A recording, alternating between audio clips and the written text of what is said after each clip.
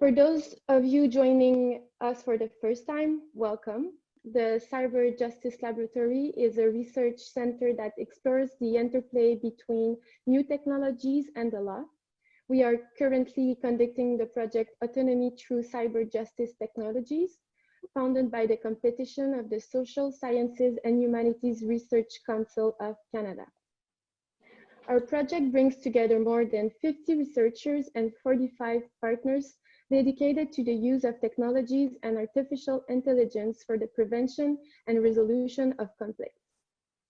Over the coming months, the Cyber Justice Lab will be hosting a series of online activities that will gather the opinions and experiences of legal experts from around the world on the recent events, from ethical issues to crisis management, including analysis of the achievements and failures of technology shift in the legal field. The laboratory will present varied and relevant content. Stay tuned by checking our social networks and visiting our website at cyberjustice.ca. Today, this discussion will provide an update on the various technological initiatives that have been implemented in courts in response to the pandemic. We will also discuss the impact of the COVID-19 crisis on the future judicial reforms. To join me in these discussions, we have the pleasure of having Paul Embley, the Technology Service Director of the National Centers for State Courts, and Catherine Lawrence, the Director General and Senior General Counsel at Justice Canada. Thank you both for being with us today. I would like to start this discussion by asking you to introduce yourselves and present the environment in which you operate. We'll start with you, Paul. Thank you for having me, and good morning or good afternoon to all of you. I work with the National Center for State Courts. We are a nonprofit here in the U.S. That actually is managed by the U.S. courts. So I won't go into the details of how that complexity happens, but we essentially work for the U.S. courts here in the U.S. We do international work, but we don't need to talk about that today. And I, as was mentioned, I manage the technology group in NCSC, and so we help courts to implement technology. We look at technologies that are coming, such as blockchain and AI, and figure out what impact those will have on the courts, and then find ways to appropriately use those technologies. So thank you.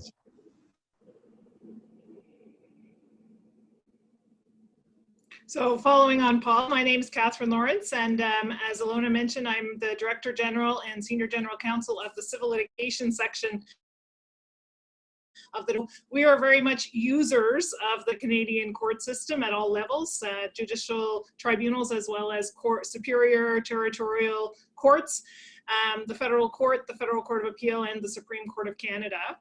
Just to give you a sense of the volume of work that our office does, so we have about approximately 100 employees in our office. They're a mix of lawyers, paralegals, court staff, and at any given time, we usually have approximately 1,500 active litigation files ongoing in our office, and this is a wide range of different types of litigation files. So we have judicial review applications, challenging decisions of federal boards, tribunals, or officials. We do tariff classification and procurement related disputes, human rights complaints, habeas corpus applications. We're involved in a significant number of actions for damages, constitutional challenges, and an ever-growing number of class action lawsuits. So our work really runs the gamut of civil litigation in Canada. And because of the nature of our work, the vast majority of cases in which we appear, we're representing the defendant or the respondent, the Crown. And as our main client, our only client is the federal Crown, it means that we work with client officials across all government departments and agencies. And as you can well imagine, some of our clients are more litigation savvy than others, and some are also more technologically savvy than others. So we work across a wide range of different levels of technological, people who are good and not so good with technology in our work. And thanks very much. It's a pleasure to be here. Thank you, and thank you for this presentation. It has been more than 2 months since the pandemic slowed down the majority of judicial activities. What are the major adjustments that had to be made in justice organization in response to the COVID-19 crisis? So here in the US, well, first of all, I wish I would have bought stock in Zoom before the crisis. There has been a very dramatic and quick shift to the virtual hearings. And that's probably the major thing that has happened. Along with that, we have people who are now working at home, and how do you move court processes into people's houses? You have accelerated tech projects where we had one court where they had a project that was due to be completed in 3 months, and they completed it in a week because they needed that technology. I don't know if anybody listening in has had the opportunity to watch the jury trial that happened in Texas, but we now have virtual jury trials. So there's been a dramatic shift to technology. As one of my colleagues said, he said, it's ironic that a pandemic has changed the technology views in less than a week, what we've been trying to do for 10 decades. So it's just amazing how quickly the courts in the US have adopted technology and embraced it. And it's very similar in Canada as well. I keep talking about us having been catapulted into the 21st century, whether we wanted to be here or not. My own view is we should have been here, a decade ago, but there you are. There's a silver lining if it takes us to where we need to be. Certainly from my perspective, my staff, the most challenging thing for them has been learning to work remotely, and not in circumstances where we had any lead time or prep time. It really was one Friday we were working 100% from the office, and then Monday morning we were working 99% from home. So it really is that shift to being able to work remotely without any advanced planning, with any advanced training, without any advanced knowledge of a lot of these new tools that we're now being forced to use. So it really is requiring our lawyers and paralegals and support staff to be nimble and flexible and adaptable. And I must say, I have been incredibly impressed with how resilient and flexible our staff is, despite the fact that, often we hear them being resistant to learning new technology and wanting to be stuck in the old ways because it's what we know how to do and it's familiar to us. I've actually been really amazed and impressed with how willing people are to adapt to this new reality and to learn those new technologies. And I think a lot of them are excited by this opportunity to learn how to use Zoom and to learn how to use these other tools that were unfamiliar to us. And I think they're also excited at the possibility that this is what our future is going to look like. So, along with the challenges, I really see some silver linings and some good that's coming out.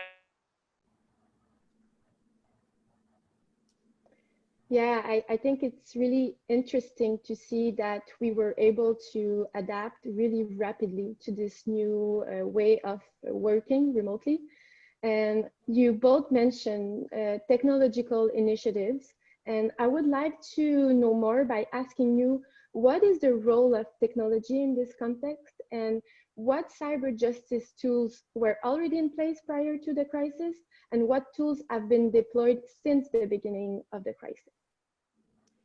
So it's interesting, almost every single technology that we have deployed since the crisis was already being experimented with before the crisis. So virtual hearings, those were actually occurring in New Jersey, where they saw that people needed after hours access to the courts. And so they had evening courts and they had weekend courts where they were broadcasting those virtually and making those accessible to the public.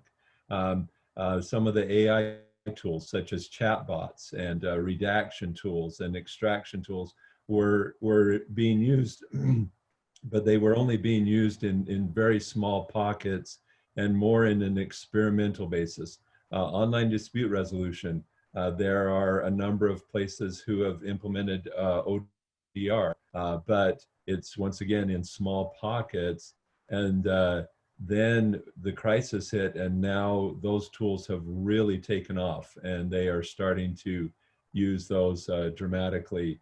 I know I mentioned earlier, shifting workforces to homes. One of the issues that brings that I think everybody knows about is cybersecurity. How do you manage things in people's homes when you're in an office, you can easily manage the cybersecurity needs, but how do you manage that into homes? And so there's just a lot of the technology that we were using, but now how do we shift that to a new environment? So I'd say my experience in Canada is that there were pockets of court processes that were fairly technologically advanced before the pandemic, and that's continuing, obviously. So by way of example, the Canadian International Trade Tribunal is an organization which was already using mostly e-based processes for its litigation, and so they haven't really missed a beat. The pandemic hasn't changed the way they work. Litigators are still expected to meet the deadline set down by the tribunal, and they're able to do that because it was already in place beforehand. There were, of course, and still are fair number of tribunals and courts that are still most paper-based. So those are the ones, of course, where it's become significantly more challenging to adapt, because some of the materials that are needed even to proceed with a remote hearing just simply aren't available electronically. So they're still residing in filing cabinets in people's offices back in the workplace, or in filing cabinets in the court or tribunal's offices. So that, I think, is particularly challenging, where the actual paper that you need in order for the matter to go ahead is not available. So I think with more time to prepare, those issues will be addressed, and courts will certainly become more agile at dealing with electronic based files, but at this point, that's one of the challenges. In terms of the Department of Justice, because we are users of the court system, we are mostly driven by the court rules and the processes that they develop. So we adapt our approaches based on what the court rules tell us we're supposed to be doing. We had, prior to the pandemic, made significant advances in a couple of areas. One was on the e-discovery side. So we had invested significantly in technology to support e-discovery, including electronic document management, collection, and review tools. And this, of course, had already gone a long way to making the discovery process in litigation a lot more efficient and cost-effective than it had been previously. So that was an advantage going into this pandemic. But since the pandemic, we've actually been amazingly adept at finding some really innovative ways to use technology to continue to move litigation files forward and to support the justice system and the essential services that Canada's courts provide. So one important tool that we implemented in the Department of Justice to facilitate access to justice early on in the pandemic was e-service. Because believe it or not, we were still requiring members of the public who needed to commence a lawsuit to deliver the paper to our offices in person or by fax. If you can believe we were still using fax machines, we were still using fax machines. And we managed fairly quickly after the pandemic strike to put in place service by email, which has been, I think, a significant advantage for members of the public who want to commence legal proceedings against the Crown. And I'm very pleased that we were able to do that quickly in order to provide access to justice to members of the public. Initially, it's interesting because initially a lot of the courts had downed tools almost completely, other than concentrating on urgent or critical matters. And so that did give us a little bit of breathing room, but it didn't take long before the courts figured out that they could do a lot of things remotely, and that they wanted to start moving matters forward, recognizing that as we come out of COVID-19, of course, there's going to be significant backlogs. So there's understandably a part of the courts that if everything grinds to a halt, we're going to have significant challenges down the road. So of the federal court in particular, but also some other provincial superior courts and appellate courts signaled that they had a desire really to ramp up and do a bit more work than just that urgent, critical work. And so the Department of Justice, we reacted fairly quickly to that and put mechanisms in place to support the use of remote video conferencing technologies, including those that the court prefers. They might not have been our first choice of video conferencing facilities to use, but we have adapted and we've found mechanisms through information technology services to be able to use those. We also struck a working group that identified impediments and all the solutions to support remote litigation, and we put together some guidance for our litigators who weren't familiar with remote hearings and or other litigation processes, to make sure that they were well supported and had resources available to do that work. So all of this is just a start, but it certainly just shows how far we've come in just a few short months. Yeah, I totally agree. And I think you both talked about the challenges of integrating technology in courts in terms of logistics. And you talked also about what has improved. And some of these initiatives are helping to make procedures more efficient and accessible.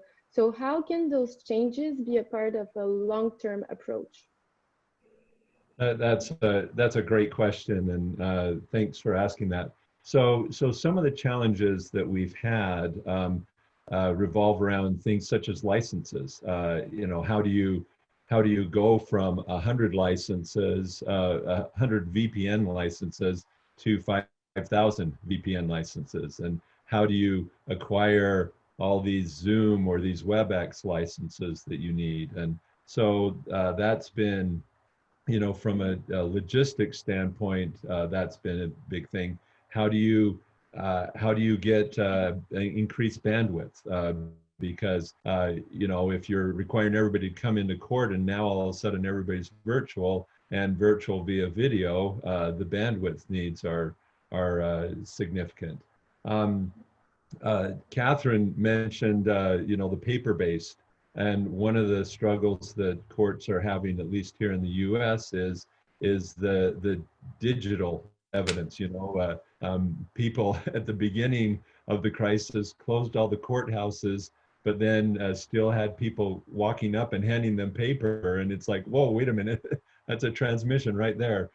So you know, trying to figure out that digital environment, and especially when you don't have email addresses or cell phone numbers for people, so you can't text them, you can't email them, and so people started putting notices on courthouse doors that said, here's our email address. Email us if you want your case to go forward, or if you're here for a hearing or whatever. So there's been a lot of adaptation where we had the capability to capture that information, but people just weren't doing it. One of the issues, oh, and then Catherine, before we even started this conversation, was talking about, you know, the knowledge. So we've brought a new tool in, you know, such as Zoom. Well, who out there are Zoom experts? I know that I've hosted a lot of these webinars, and, you know, I have 3 different places where I can touch, you know, I can mute or unmute myself. And so, you know, I'm just confused by all the different panels and you know, needing to do that. I think a danger that we have in going forward, I would mention 2 of them. One is that we are doing a lot of paving, what we call paving the cow path, which is that we're taking a potentially bad process and putting technology on top of it. We're not taking the time to reimagine what that process should look like, especially in terms of access to justice. We've done a lot of great process engineering for us in the courts, but what about those people outside of the courts? And then the other thing that I think is very real is innovation fatigue. We have taken a bunch of technology and given it to people, and they've done remarkably well with it. But as a technologist, we want to keep that innovation going. We want to expand the use of that technology, and how do we keep people from getting burned out and saying enough, we're happy with where we're at and we're going to stay there. So I think that is a couple of the limits that I would mention. I think Paul's points are absolutely excellent ones and right on the mark. One thing I'll add is the danger of moving forward quickly, and it's especially clear to me given that I'm part of a giant organization, is normally when we make changes, it's done incrementally and it's done after a full cost benefit analysis. The pros and cons are weighed. We don't go into it blindly and we don't go into it quickly. The downside to that is it takes us forever to move 2 steps forward. On the other hand, the advantage to having done all of that work ahead of time is that when you're implementing a new tool that it is going to work appropriately, and that you're going to have the processes in place to ensure that that new tool is going to do what it's designed to do. And also importantly, you're going to make sure that you're getting the best bang for your buck out of the tool that you're implementing. And so one of the downsides of moving quickly in the current circumstances is that we may not have done all of that risk analysis that we would normally do.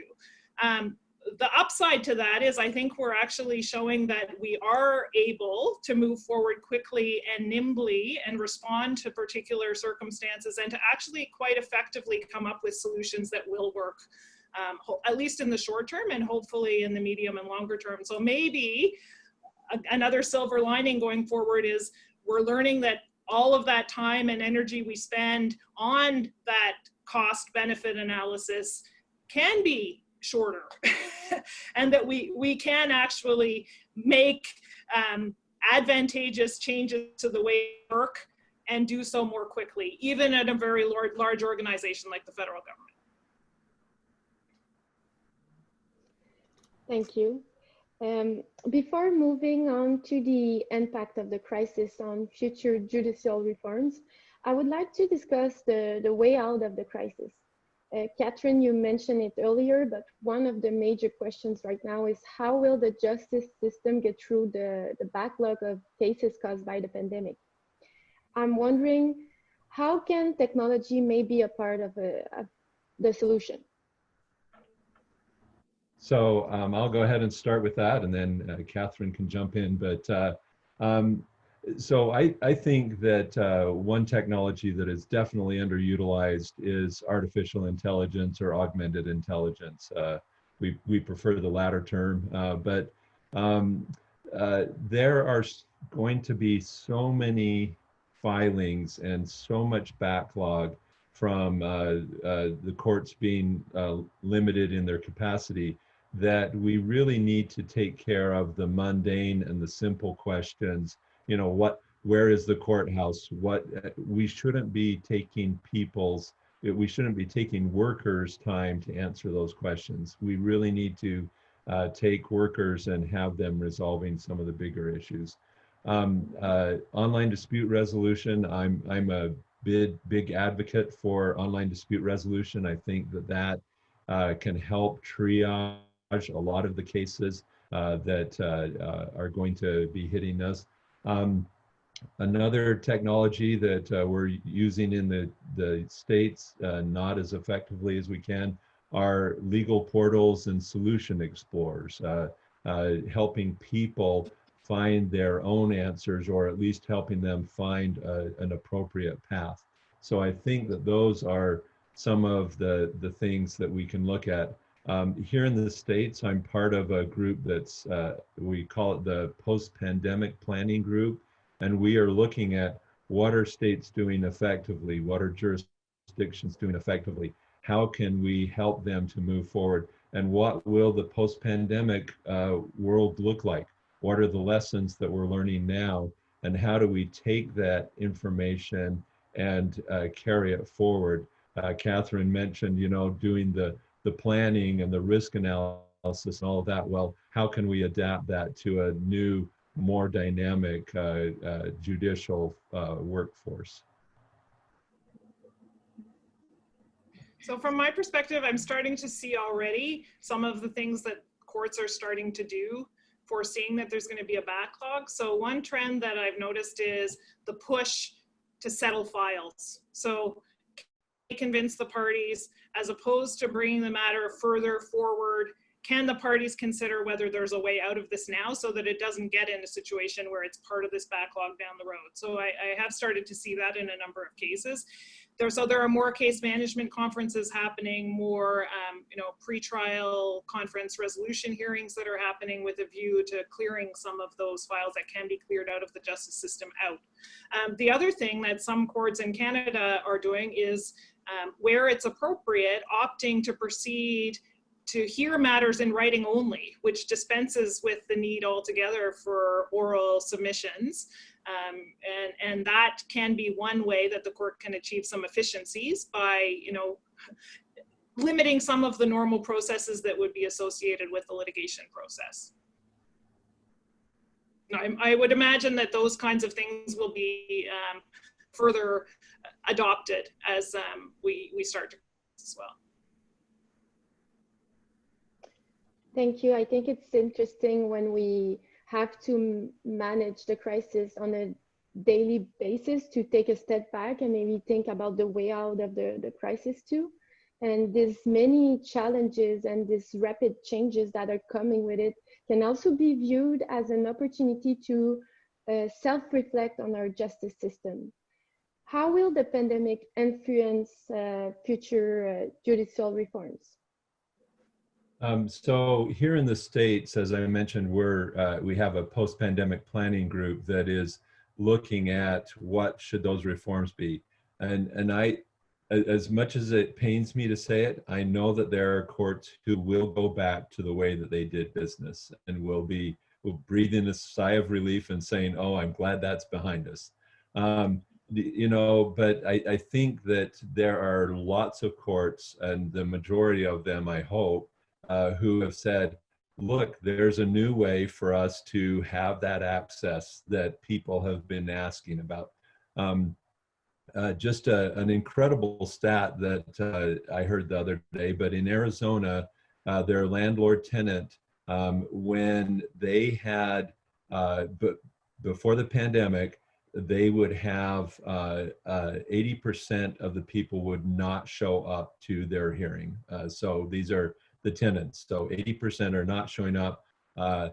When they went to a virtual hearing, 90% of those people are now showing up. When you think about that dramatic shift in people participating in the justice system, all of a sudden we have accomplished what we always tell people, and that is that we have given those people access to justice. The virtual jury trial that happened the other day, they surveyed those jurors, and of the 12 jurors, 8 of them would not have come to the court because of the pandemic. But they said, because it was virtual, I felt comfortable and I really wanted to participate. So all of a sudden, we're changing the participation rates in our courts, which is incredible.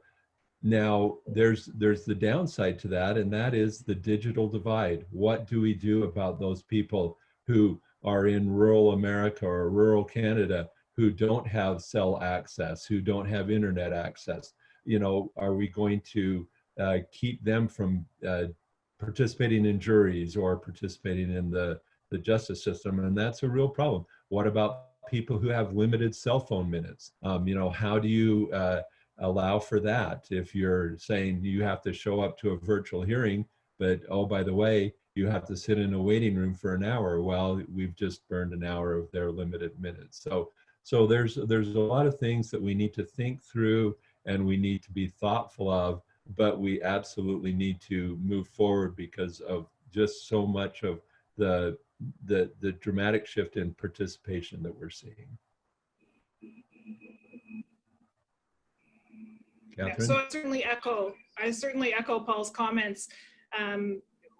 One thing that I've found that is certainly, I think, it's great is that members of the judiciary and members of administrative tribunals are learning and becoming familiar with all of this technology. And I'm really hopeful that that means there's no going back.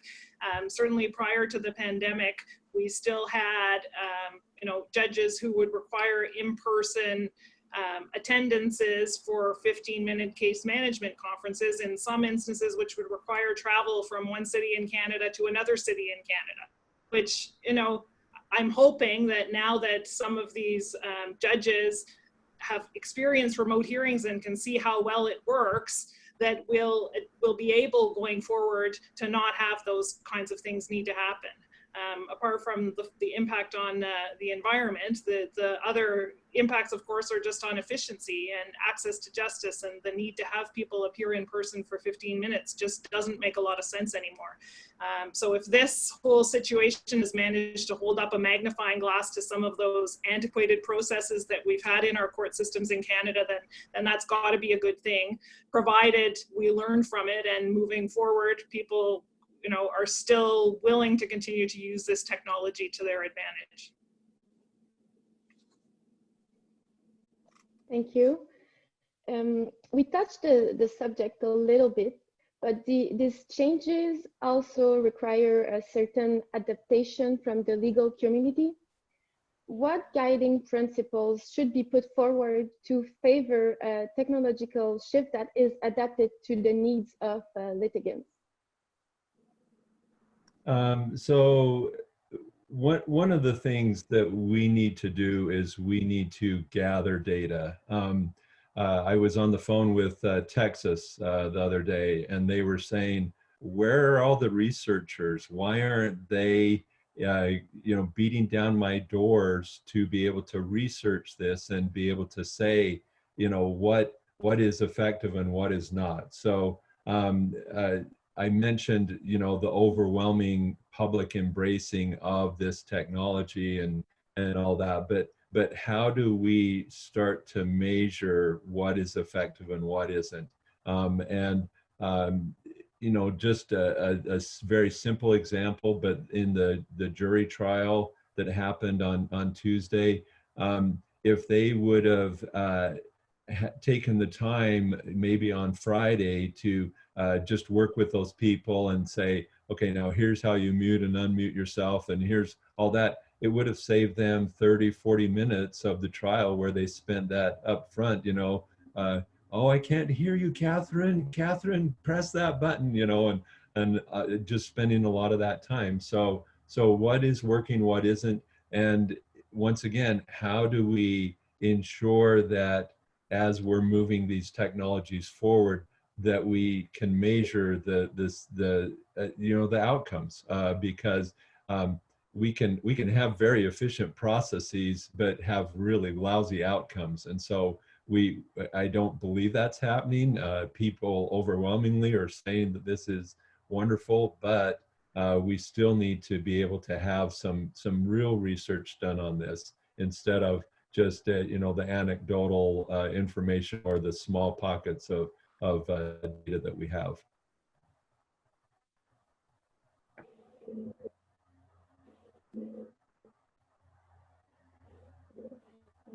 Catherine? Really important best practices. Another principle I'll throw in the mix as well is the need for any technology that we are choosing to adopt to be accessible to all litigants. So Paul touched on this earlier. It can't just be accessible to clients that are represented by large law firms or to corporate litigants, much like the Government of Canada. The other principle that I think also has to be borne in mind is the need for any technology we use to support the open court principle, because the public needs to be able to know what's happening in our courts, and they need to be able to participate as well, in addition to just the litigants. We have technology is there for participants in the legal system more broadly.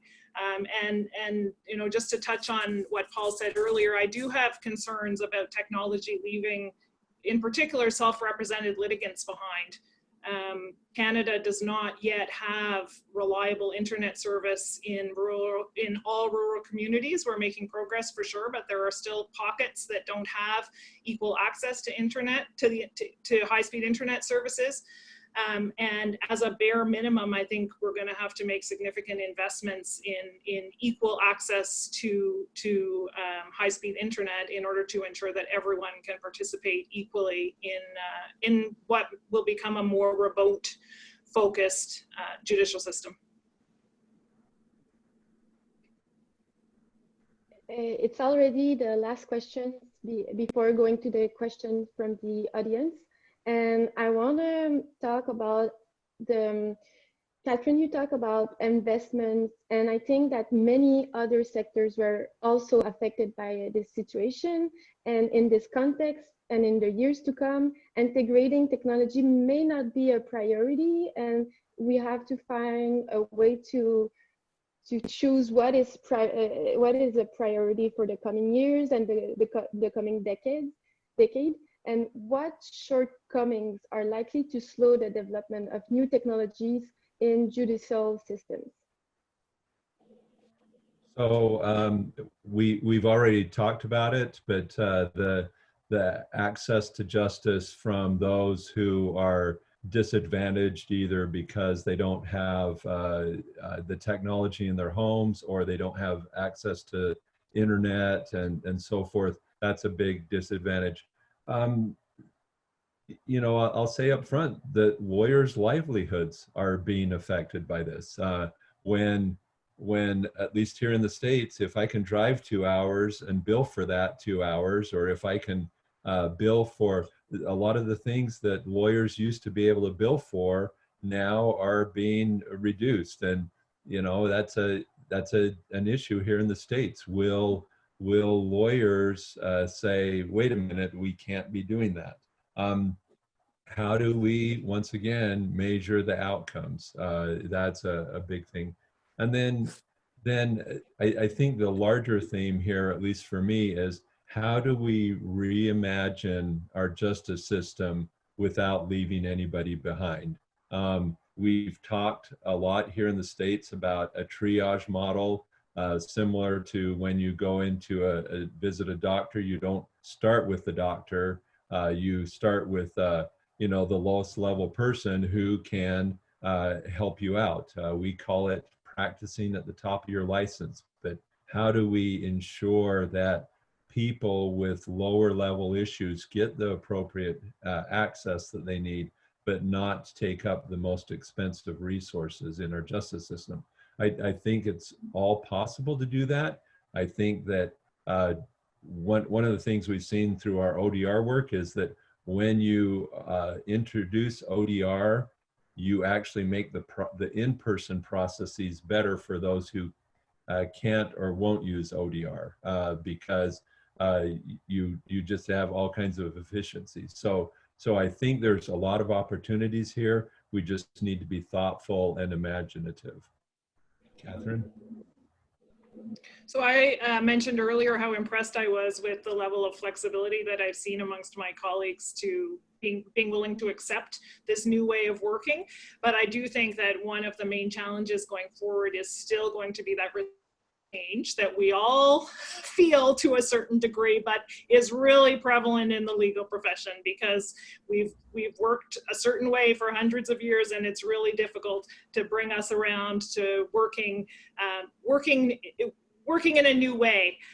So I think it's really important that we come up with effective ways to recognize what are real impediments as opposed to what perceived impediments are, and focus our energies on working through those real impediments to working remotely, and educating everyone about those perceived impediments. Thank you for those comments. I think it's very inspiring to start thinking about it and start thinking about the future of law and what is holding for us. I think it's nice to start this reflections right now. That concludes our discussion. Right now, it's the time to go to the questions from the audience. Do not hesitate to ask your question in the Q&A section. I see that there's already some, so I'll start with the first one. Any thoughts on fair trial rights for accused who can't meet counsel in person and or who can't appear in person in the courtroom? Well, so I'll start with that one, but that is a definite issue. One of the wonderful things about Zoom is that you know, and I'm just using them as an example. Other platforms have similar features, but with Zoom you can do breakout rooms so that people can, while they can't meet face to face, they can at least meet virtually with their attorneys in a private room that is not accessible by anybody else in the court. And so there are solutions out there, but then that brings the question, at least to me, of, well, okay, if my mom is having to go through that process and she's, you know, in her 80s, is she going to be able to navigate that? And so how do we help these people who maybe are not digital natives or even digital adoptees? You know, how do we keep them so that they can be participants in that virtual system? And you know, we absolutely have to continue to have options for physical appearances. That's just the reality. And so how do we reconfigure our courts, reconfigure our processes so that you can indeed still continue to do some of those physical things that are just an absolute necessity?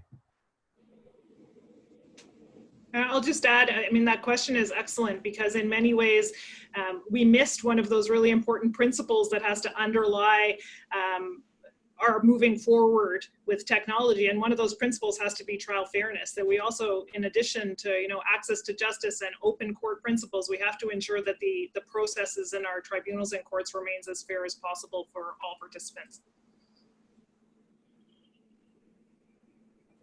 Thank you. The next question is for Paul. Mr. Embley mentioned US initiative regarding online ODR.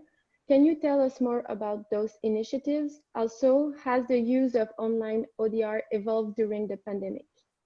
So I'm going to take this one, and I may end up answering one of the other ones as well, but we'll see. Online dispute resolution has been used here in the States for a while now. It's being used in civil cases, in family cases, tax cases, traffic cases. So those are, oh, and some low-level criminal. So online dispute resolution has been in use in pockets. It has absolutely exploded. The use has exploded since the pandemic. So people are trying to implement.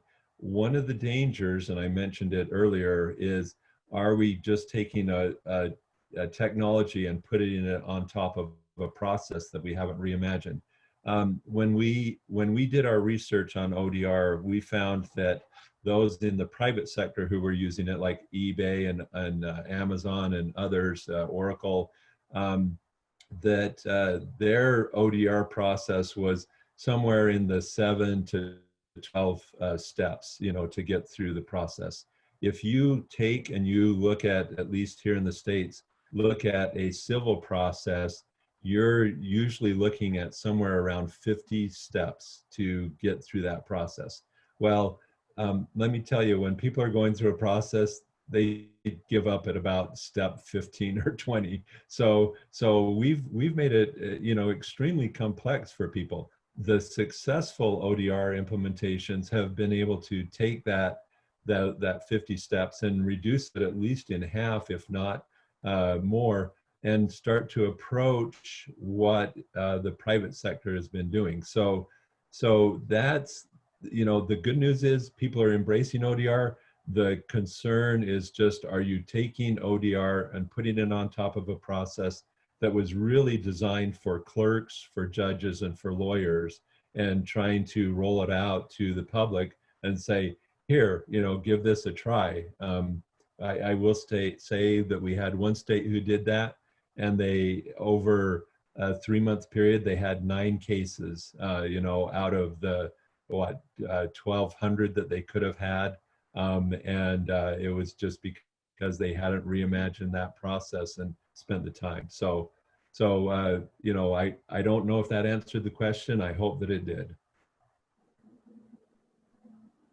I think it did, and I think you touched a little bit the next question from Thomas Vasquez.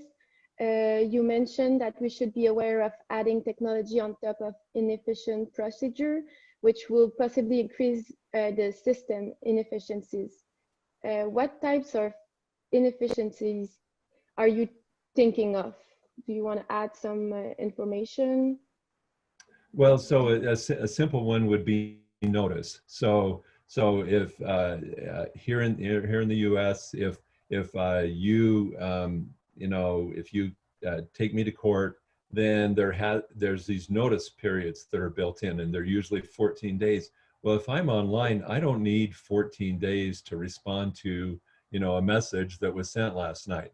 And so just removing, you know, these weird things that have been built around a physical process are the simple places to start. But then there's, you know, what happens with the case file, you know, physically and things of that nature. So those are some simple examples of that. But I think what we tell everybody is get people into a room and have them reimagine what this would look like if they were starting from ground zero. Now, obviously, we're going to have to apply statutes and rules to that, but let's just start with what would the pure process look like in an ideal world if we reimagined it. And then let's add to that as we are required to by law, not let's take 50 and 50 steps, get that down to 45 and think that we're heroes or whatever. We have another question about ODR, but I think that we can also apply it to remote hearings via Zoom. And it's a question from Anis Westerman. It seemed like one important aspect of the courts is giving anyone the right to tell their story and to be heard in court. Our ODR and video session are able to fulfill this role. Catherine, why don't you go first this time? So, I mean, that's a super interesting question because it's certainly something that I think every litigator asks themselves. How effective is the process to use going to be in my ability to tell my client's story and my ability to be the best advocate possible? And I think it comes back to what Paul said about reimagining what we do. So just because something is different doesn't necessarily mean that it's less effective. And I think we just have to, by doing it, learn to do things a little bit differently. To my mind, I don't think at the end of the day, there's a significant difference in your effectiveness as an advocate if you're doing something remotely versus in person. There are ways when you're doing it remotely where the judges are sitting remotely, where opposing counsel is sitting remotely, to put forward your case as well as you would if you were in person. It's just a matter of learning how to do that differently. And it's a matter of speaking to your colleagues who've been through it and asking them what they did that worked and didn't work and putting that into action the next time that you're there. So really, I mean, I like Paul's word, reimagining. I think that really is what we have to do across the legal profession. Imagine the way that we litigate our files. And we don't have a choice. So I will add to that. What we are finding is that people actually, and you know, I don't know why. I mean, I'm not a sociologist, but people are actually more participatory in these virtual processes than they are in the physical one. I'll give the example of the virtual jury, where there was counsel on both sides, and afterwards the judges spent time talking to the counsel about, you know, what was the experience, and they actually liked it better than an in-person jury because they thought the jurors were more engaged. You know, even though the jurors are just sitting there and watching this play out in front of them and not asking questions, both sets of lawyers thought that because they could see the evidence, the digital evidence more clearly, the videos more clearly, because they were on a computer screen, and just the dynamics, they thought that they were more engaged. What we're finding is that people, because of the video, I guess, are telling their story and feeling like they were heard. The survey results are pretty amazing. It's better than what I think it's around 89% of the people say that they felt like they were heard, that they felt like this process was fair, and that they would recommend it to others. So what we're seeing is a huge level of participation. Now, we're early on in this process. 3 years from now, will people still feel like they're being heard? I don't know, but maybe they will, and hopefully they will. The one other thing that I will point out is that technology has allowed us to spend more time with people, and it's creating some unique calendaring issues for us here in the States, because we have more participation, fewer defaults, so we have to calendar differently. But because of that, people are in some ways better prepared, and I don't know. It's just it's an interesting dynamic that I don't have a good feel for why, but we're just seeing a shift in the whole justice process. The next question is from Magdalini Vasilikos. Some courts remain very reluctant to virtual trial or any hearing that involve viva voce evidence because they believe it will unduly impact the assessment of witness credibility. What can we respond to that? Catherine. I was going to say Paul should take this one because I'm sure there's some empirical research out there on how witnesses come across via remote hearings. Yeah, not that I know of. I mean, we are very interested in that because people say that that's an issue. Oh, I can't see if they're blinking too much, or I can't see if they're sweating. Those kinds of things. But we don't know of any evidence that goes one way or the other. So, Catherine, if you have any, I'd love to hear it. No. Sorry, we can't help you on that question. Thank you. I'm sure there will be some studies that are coming in the next months, years, maybe. It'll be super interesting in the months and years to come to hear from members of the judiciary on what they've observed and whether they find that their ability to assess credibility is different when they're hearing witnesses remotely as opposed to in person. That'll be super fascinating. Yes. Yeah. It's a good subject for someone who's doing his master. So last question is from Thomas. Could any of the new technological procedures from online filing to remote juries that have now taken place become mandatory after the crisis? Are there any discussions on this possibility? Yes, so I mentioned I'm part of the post-pandemic planning team. The Chief Justice from Michigan has said this isn't the change that we wanted, but it's the change that we needed. And she has said, we are not going back.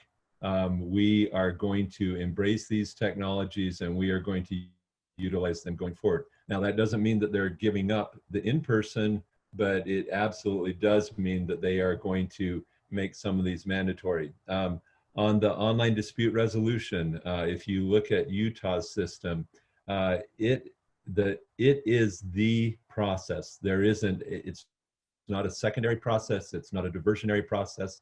It is the process that someone has to go through in order to resolve a civil issue. There are exit ramps all along the way where somebody can appear in court, but I think that you will see this be mandatory. This use of technology will be mandatory in many of the jurisdictions across the US.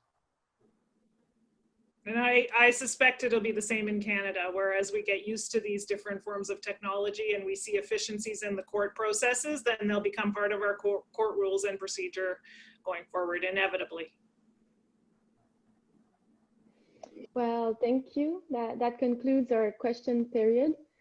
Catherine and Paul, thank you very much for this pleasant discussion. I think these past few weeks have been trying for the justice system, and it's interesting to take a step back, be creative and imaginative, like you both said, and reflect on how this pandemic can also be seen as an opportunity to rethink how we practice law. For the participants, stay tuned in the next month. The lab will be hosting several web discussions, podcasts, and webinars. Through those various themes, we will discuss a variety of current issues related to smart contracts, remote hearings, privacy, and many more. Thank you again to our panelists.